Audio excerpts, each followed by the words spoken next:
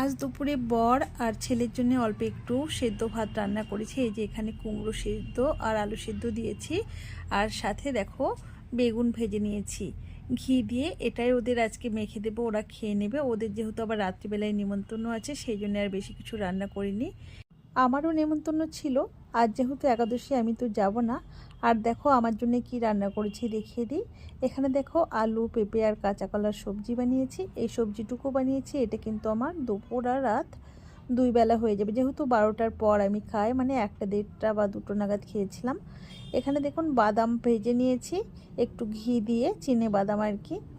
আর এখানে অল্প একটু ফল আমি বানিয়ে রেখে দিয়েছি, ফলটা হয়তো বা বিকালের দিকে খাবো। শুধু শসাটাই কিন্তু এই সবজির সাথে খাবো, আর বাদামটা, পানি ফল আর বেদানাটা আমি বিকেলের দিকে খাবো আর কি।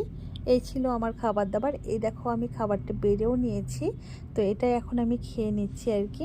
একাদশী